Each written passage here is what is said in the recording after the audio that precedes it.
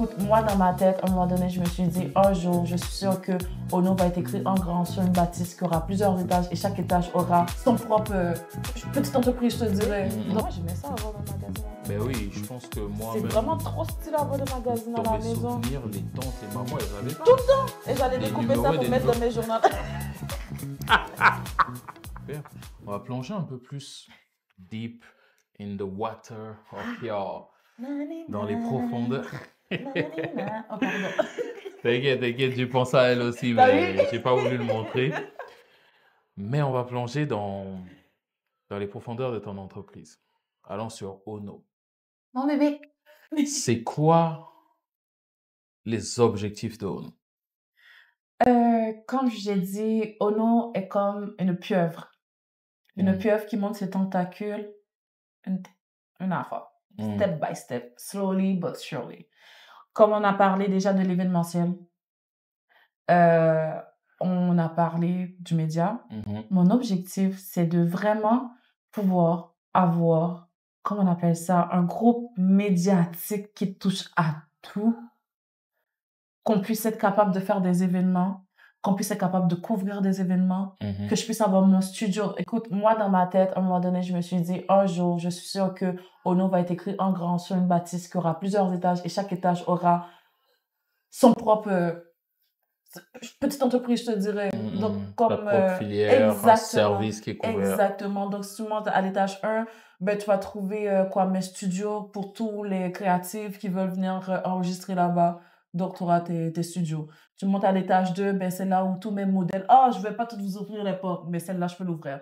Ou mes modèles que, par exemple, que je garde en banque, qui soient là, ils vont faire des photos, des shootings et tout ça pour pouvoir être dans nos catalogues pour que les artistes qui ont besoin de modèles pour leurs vidéos, leurs concerts, leurs whatever, les danseuses et tout ça, puissent avoir. Le reste, je ferme. Donc, sur d'autres étages, je vais avoir d'autres choses, tu vois. C'est cette mentalité-là. Vraiment, je veux toucher à tout. Je veux avoir même un côté magazine écrit aussi pour faire des reviews, pas juste parler, parce qu'il y a des gens qui aiment lire.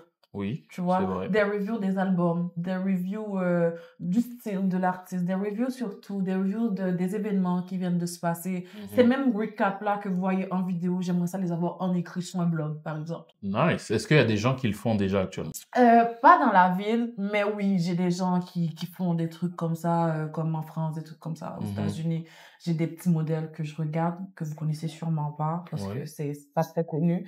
Mais c'est ce que je veux faire. Et je sais qu'avec Victor, je viens de Victor, je sais qu'à Québec, il y a un magazine qui vient juste d'ouvrir. Afro. Magazine, c'était de Togola, Bazan? Quand j'ai vu ça, je fais OK, preach. Parce qu'ils commencent à comprendre que c'est mort. Mais c'est mort pourquoi? Parce que l'électronique est arrivée. Mais moi, j'aimais ça avoir mes magazines. Ben oui, je pense que moi C'est même... vraiment trop stylé avoir des magazines à dans la mes maison. souvenirs, les tantes, les mamans, elles avaient ça. Tout le temps. Et j'allais Des découper numéros ça et pour des mettre dans numéros. mes journaux. Ah ouais. Pour moi, revenir avec ça, c'est cool. Imagine que tu sors ta collection, puis il y a quelqu'un, même si c'est petit encore aujourd'hui, mais tu dis que tu l'as papier. Mais oui, mais Tu vas le attends, garder, tu es à la maison. dans ces magazines, il y avait des posters, hein? Bien Ils sûr. mettaient les posters dans Bien les sûr. magazines. T'achètes un poster Bien sûr. dépliable et tout. T'imagines bientôt, là, ils vont sortir les posters de NZ, comme ça. Des posters de Imagine, Forza, comme ça. Tu fais une collection de vêtements, C'est bien. il y a un poster, Oui. tu sors, puis ça te donne un QR où tu peux aussi aller imprimer en version digitale. Tu es en train de donner des idées. Prenez note. Ceux qui pensent déjà à le faire, prenez des notes. Brainstorming. All right, ok. Mais donc, c'est ça vraiment la vision de Ono. Ouais, je veux vraiment toucher toutes les sphères des médias. Ok. Tout. Et je veux pas laisser tomber tout ce qui est création, pas création, mais événementiel. Tout ce qui est événementiel, je veux pas laisser tomber parce que c'est là que j'ai commencé quand même. Et les gens, les abonnés du début, là, je vous vois encore, ils sont encore là, ils sont jamais partis, qui étaient là que pour les événements, qui me redemandent encore des événements. Cette année, ça fait 3 ans que Ono existe et 3 ans plus tard, on me parle de nos premiers événements. Ben, c'est que le monde en demande. Terminator n'a qu'à revenir. On revient. Yeah. On travaille sur ça et c'est pour très bientôt. Ok. Une équipe se bâtit là sur quelque chose pour fêter nos 3 ans. Ça s'en vient. Ça, c'est super. Puis on va aller, comment est-ce que tu fais la promotion plus en détail de tes artistes dans des événements culturels à OK. Québec? Où est-ce que tu les as déjà placés? Euh, Comme j'ai dit au début, je les ai pas beaucoup placés, mais dès que je vois, comme par exemple le MAD Festival à mhm, Montréal, je mhm. l'ai vu, j'ai trouvé intéressant, j'ai envoyé le lien à tout le monde. D'accord. Leur demandant, c'est très important, je suis pas la maman, je suis pas la secrétaire non plus, tout le monde va remplir les formulaires de leur côté. S'ils ont des questions, des trucs comme ça, je peux aider. S'ils ont besoin d'aide sur la direction artistique, parce que quand tu remplis un formulaire pour un spectacle, c'est long, Mhm, c'est compliqué. Ils posent beaucoup de questions. Il faut que tu sois présent mhm. mentalement et pas faire 50 millions de choses en même temps, parce qu'on Non. va te demander qu'est-ce que tu vas apporter au festival, qu'est-ce que tu vas apporter sur scène, est-ce que tu as besoin de danseurs, est-ce que tu as besoin de lumière, est-ce que tu as besoin de background, est-ce que ils te posent beaucoup de questions et si tu sais pas quoi répondre, tu n'avais pas une idée, tu pensais que tu allais juste arriver et faire genre 5 chansons, tu passeras Non. pas. OK. C'est pour ça qu'une DA, c'est important. C'est ça. Donc, toi, tu guides Oui, tes artistes, ouais. puis ensuite, tu les accompagnes. Ben, Oui, c'est je ça, fais tu des les guides. rappels. Hein. Je fais des Tu fais des rappels, ouais, rappels. tout le temps. Est-ce que tu as déjà rempli ce que je t'ai envoyé? Ou des fois, je vois des festivals, je comme, oh, est-ce que ça t'intéresserait? Je pourrais essayer d'aller voir le formulaire et où, des trucs comme ça. Mais je trouve que je suis comme pas assez impliquée encore là-dedans.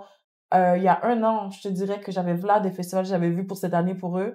Mais quand le temps est arrivé, j'étais en train de faire autre chose, donc j'ai complètement oublié d'aller rechercher ça Mhm. pour leur envoyer. Donc, je trouve que j'ai beaucoup de lacunes. J'ai pris des notes. L'année prochaine, ça sera pas comme ça. OK. Puis Ono, est-ce que c'est une boîte qui a plusieurs agents ou c'est juste toi, tu gères? Ben, en fait, il faut faire la différence. Ono couvre tout ce qui Cool. est événement artistique de l'underground. Parfait. Ono fait des interviews Mhm. pour les artistes, les entrepreneurs, name it. Tant que tu fais de l'art ou tu as une mini-entreprise qui a besoin de la lumière, Mhm. viens nous voir, on va faire une interview pour que les gens puissent savoir qui tu es. Mais Judy est manager. Mhm. Ono n'a pas encore de label. Mhm. Ah, encore une autre porte. Bref, tu comprends? Ono n'est pas un label. OK. Ono ne fait pas ce genre de choses-là. Mhm. Ono est juste là présentement que pour couvrir. OK. Pour que Ono puisse dire que c'est Ono qui manage et tout ça, je dois avoir de l'argent. Je dois pouvoir les produire. Mhm. Mhm. Avant, un label, c'est produire l'artiste. Tu es censé donner de l'argent à l'artiste comme si c'était ton enfant, tu donnais une allocation pour qu'il puisse aller en studio. Tu Mhm. dois pouvoir avoir de l'argent pour le clip de l'artiste. Mhm. Tu vois? Donc, je peux pas m'engager encore là-dedans avec Ono. Mais Judy, en tant que la personne, le brand tout seul, ben, avec ce que je sais faire, avec Mhm. ce que j'ai en bagage, je peux aider les artistes de ce côté-là. OK, mais si on se base sur Ono, étant donné Mhm. qu'il couvre des événements, est-ce que tu as Mhm. une grosse équipe ou Non, une on est petite une petite équipe? équipe. On Petite est vraiment équipe? une petite équipe. Présentement, en tant qu'animateur, il y a moi, il y a Grizzly, ben, mon copain, Mhm. qui est aussi co-CEO. Donc, on prend les décisions ensemble. Tous les On deux. accepte les projets ensemble ou on refuse des projets ensemble.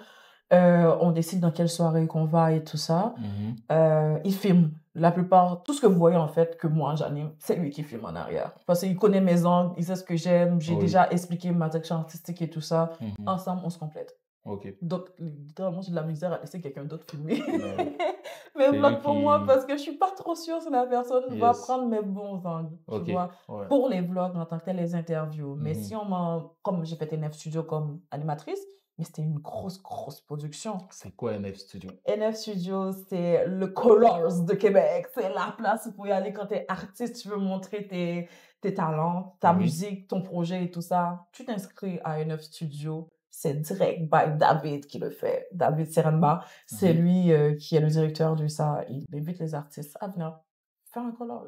Le concept de color, c'est-à-dire, tu as un T'as un micro, micro, puis... t'es devant, t'as un joli petit stage qu'on fabrique pour OK. l'occasion. Oui. Puis on fait des jeux maintenant. C'est pour ça que je suis animatrice là-bas. Je fais des petits jeux OK. pour qu'on puisse apprendre à connaître les Mhm. artistes et tout ça. Mhm. Donc quand je suis là-bas, bah, j'ai pas à faire ma diva. Hein. J'arrive, on me dit oui, t'es bien placé. Je suis comme, vous êtes sûr? Ok, c'est bon. Je vois pas de retour, je vois rien. Je fais juste OK. mes choses. C'est ça. Mais quand c'est moi, c'est mon plateau à moi. C'est bon. J'ai le contrôle. Je vais me Mhm. contrôler. J'ai le contrôle, donc Bon. voilà. Ok. À part de ça, ben, j'ai 2 autres animateurs, mais 3, 2 et demi, on va dire. 2 confirmés. Comment? Ok. Un qui est pas confirmé. Ouais, pas encore parce que c'est on-off, la personne est très occupée. Donc, tu Ouais. sais, j'aime quand les gens sont sincères avec moi. Il m'a dit, je veux vraiment le faire, mais pas tout de suite. Quand j'aurai le temps, je vais te le dire. Donc, cette personne-là va être là une fois de temps en temps, Mhm. mais pas tout de suite. Sinon, on a It's Mauto qui fait nos Sunday Funday, Mhm. qui est une émission qu'on fait juste pour chiller avec nos auditeurs, Mhm. juste leur montrer c'est quoi nous on écoute. Donc, Mhm. Maoto a une playlist de fou malade. Mhm. Et là, il arrive, il jam. Il jam Mhm. avec vous, c'est tout. Puis, on a JB qui était l'animateur du Smash Up Pass, qu'on a fait en collaboration avec le GQG. Avec le GQG. Donc, JB, lui, ça va être le gars qui va être sur le terrain pour les micro-trottoirs, tu vois. Ok. Lui, là, je le sens pour les micro-trottoirs et moi, ça va vraiment être tout ce qui est... Je m'assois comme ce que tu fais présentement avec les artistes, get to know them. Yes. All right. C'est bon ça. Voilà. Puis Sunday Funday, Ouais. on peut le retrouver. Sur Instagram, c'est tout sur Instagram, sur notre page Instagram, c'est des reels. On a une page YouTube Oui. aussi, Ok. mais en analysant, il faut analyser. Il faut analyser, YouTube, of c'est pas la course. place présentement. Non. YouTube, présentement, je vous le jure, croyez-moi, je suis YouTubeuse depuis que j'ai 21 ans. You know, je suis encore à 300 abonnés. Je sais, j'ai pas persévéré. Mais YouTube, présentement, est en train de se tourner pour les gens qui font des short movies. Ok. Tout ce qui est cinématographique que tu n'as pas étudié à l'école et tout ça, mais tu veux mettre des trucs en avant-plan, c'est bon. Un petit microfilm de 30 minutes, YouTube, c'est la place pour ça.